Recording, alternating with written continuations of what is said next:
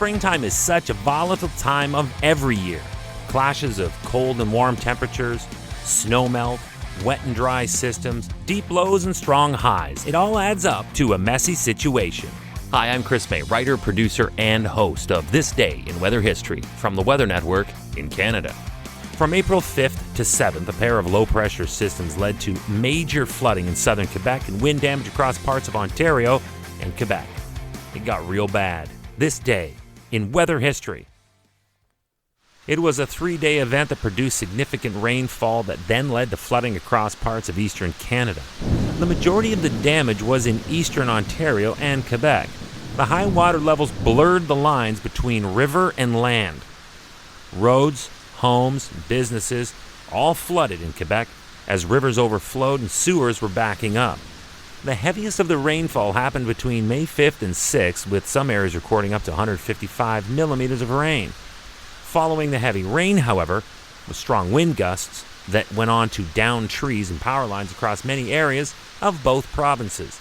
There were several states of emergency declared across areas of southern Quebec and eastern Ontario, and that affected thousands of residents who had to be evacuated from their homes.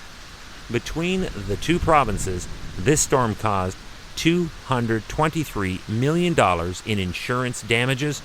That was from the storm damage to infrastructure and the flooding together combined. The effect on Quebec versus Ontario were slightly different in their intensity and outcome, so it's probably best that I continue from here by isolating each one individually. Now I'm going to start with Quebec, but before I do, remember that This Day in Weather History can be enjoyed a number of ways. Right now, you are listening to the full version of today's story on your favorite podcast provider, but there is also the daily podcast video short. They are shot right here in my podcast recording studio, so you get that perspective, and oftentimes they will include visuals from that day's event, from when it happened, in weather history. So after listening to the full story, go check out the podcast video short on television or online anytime at theweathernetwork.com/weather history. Okay, Quebec. When you take a spring thaw and you blend it with heavy rain, it is a recipe for disaster every time. Ask anyone who lives along the Red River in Manitoba or the St. John River in New Brunswick, or really any riverbed in Canada for that matter, where towns or neighborhoods line it.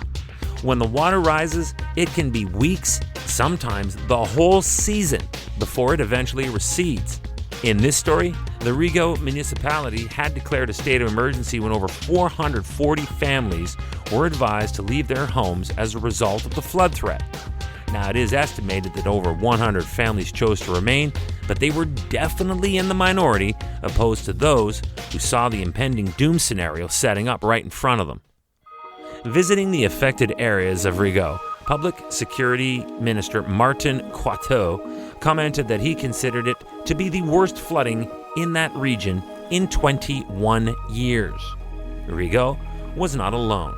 The municipalities of Pontiac and Saint-André-Avelin were also affected by flooding, and they too had to later declare their own state of emergency. When both the Ottawa River and the Gatineau River overflowed, areas around Gatineau promptly flooded. Now, although Gatineau did not declare a state of emergency themselves specifically, still, over 30 families decided to voluntarily evacuate the town as a precaution. In Quebec, in total, it is estimated that 1,000 people evacuated, accounting for around 300 homes. And that was in Rigaud. That was 3/4 of the 440 who were advised to leave, just from there alone. One local man named Roger commented that in the 12 years that he had lived there in Rigaud, he had never seen the river run this high before. Firefighters were the ones who told him that now was the time to leave.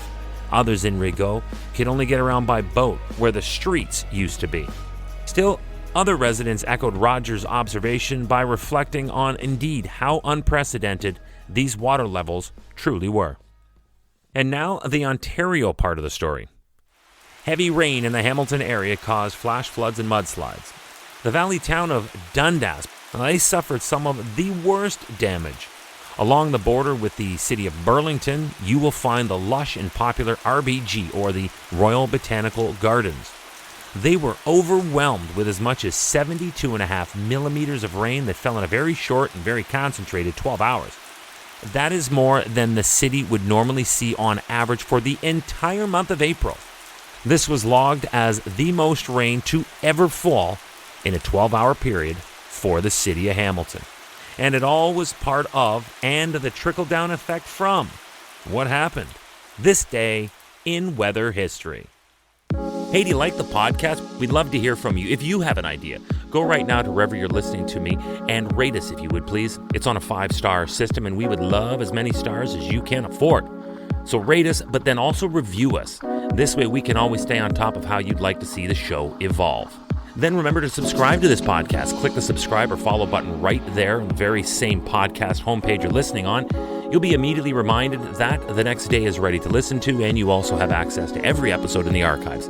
It dates back to June 1st of 2020, so there is a lot that we got to get caught up on this day in weather history. Tomorrow is April 8th, and we are off to Italy, when a 260-meter or 850-foot-long road bridge on an Italian state highway collapses into the Magra River is tomorrow, on this day in weather history, with me, your host, Chris May.